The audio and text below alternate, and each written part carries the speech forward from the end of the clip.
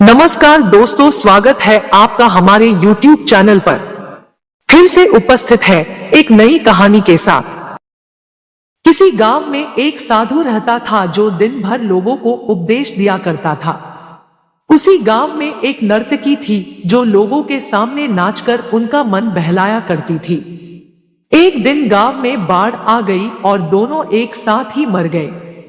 मरने के बाद जब ये दोनों यमलोक पहुंचे तो इनके कर्मों, उनके पीछे छिपी भावनाओं के आधार पर इन्हें स्वर्ग या नरक दिए जाने की बात कही गई। साधु खुद को स्वर्ग मिलने को लेकर पूरा आश्वस्त था। वहीं नर्तकी अपने मन में ऐसा कुछ भी विचार नहीं कर रही थी। नर्तकी को सिर्फ फैसले का इंतजार था। तभी घोषणा हुई कि साधु को नरक और नर्तकी को स्वर्ग दिया जाता है। इस फैसले को सुनकर साधु गुस्से से यमराज पर चिल्लाया और क्रोधित होकर पूछा, यह कैसा न्याय है महाराज? मैं जीवन भर लोगों को उपदेश देता रहा और मुझे नरक नसीब हुआ, जबकि यह स्त्री जीवन भर लोगों को रिझाने के लिए नाचती रही और इसे स्वर्ग दिया जा रहा है। ऐसा क्यों?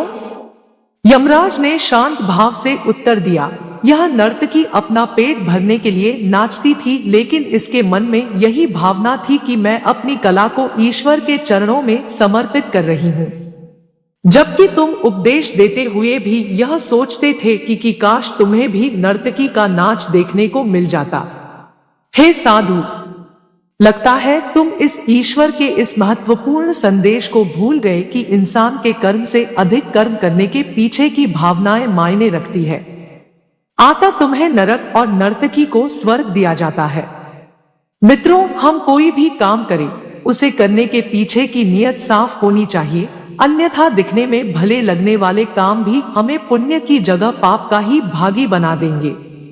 दोस्तों, ये कहानी आपको कैसी लगी कमेंट करके जरूर बताएं और हमारे चैनल को सब्सक्राइब भी कीजिए।